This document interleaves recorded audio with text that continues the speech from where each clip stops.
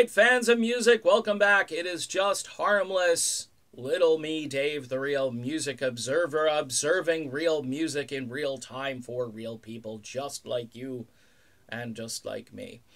Stevie Nicks continues to cash in or cash out, or however you want to look at it. Maybe she's the cash me outside girl. No, sorry, I shouldn't have even said that. As much as Stevie Nicks has kind of irritated me the last year or two, she's not the catch me outside girl, or cash me outside girl. If you don't know what that is, don't worry about it. Don't even look it up. It's just don't.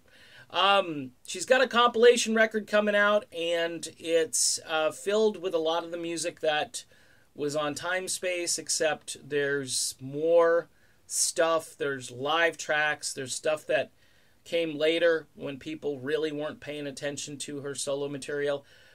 Really, her body of solo material, the strongest stuff is between, 81 and 89. Really, in the 80s is when she,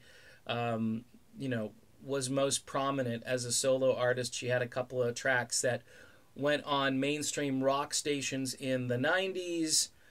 She had some duets in the late 70s, the big one with Kenny Loggins, where she actually sings her own parts, versus, Magnet and Steel with Walter Egan, where she's just kind of back there.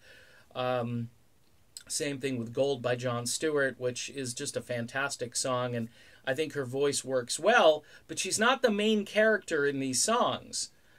These aren't from her albums, so people kind of reaching over and saying, hey, Stevie Nicks over here, yeah, it's really Kenny Loggins over here, it's really Walter Egan over here. The duet she did with Don Henley obviously was on her album, and a great duet it is. I have no problem with Leather and Lace, but that first CD, if you look at this collection, the first 8, 9 tracks, okay. I would have actually chosen a couple more tracks from her second album and put it on this first disc. I would have just made a comprehensive, good studio collection of songs, and I think I probably would have ran out of really quality cuts, probably about 15, 16 tracks. Okay, this is the reason I did the Carly Simon video the other day. Honestly, if you look at Carly's output during the 70s, her comeback in the 80s and into the early 90s, and then a smattering of other tracks that got onto adult contemporary stations and so forth, it's a pretty impressive career. You're also looking at an artist with a #1 record, which is You're So Vain, on the top 40. Stevie Nicks never had a #1 single on top 40.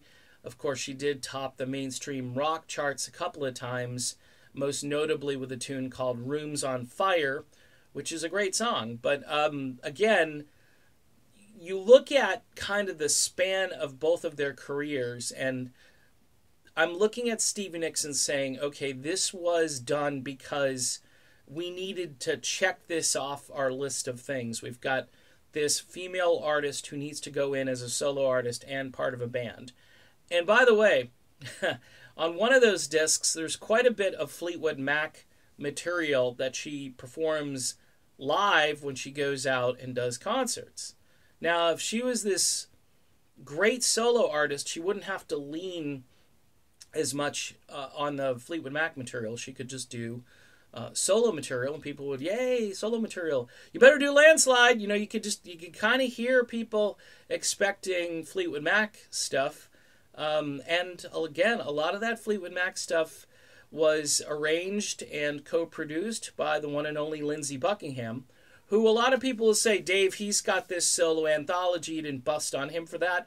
You know why? Because Lindsey didn't have a comprehensive solo, kind of box set or greatest hits package or whatever you want to call it.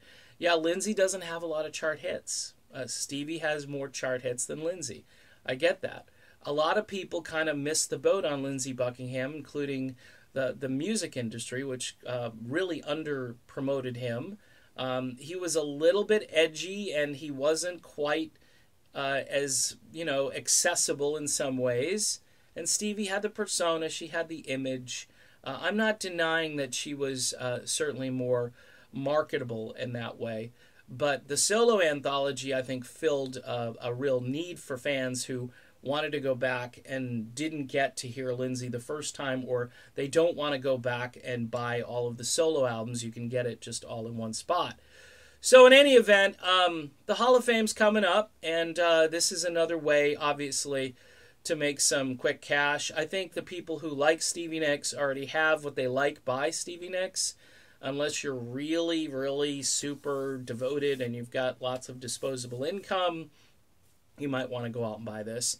I was underwhelmed by the track list, and again, it has to do with how much catalog can you repackage, and this has kind of been done before a couple of times, and honestly, folks, you know, disc 1 would be where I'd probably stop as a listener. But in any event, you know, I'm not exactly thrilled with Miss Nicks and her behavior post-operation either, with Lindsey going under the knife and coming through his open heart surgery. It's just, you know, these concerts that Fleetwood Mac they're doing these days, it's weird. They honor Peter Green and Lindsey Buckingham.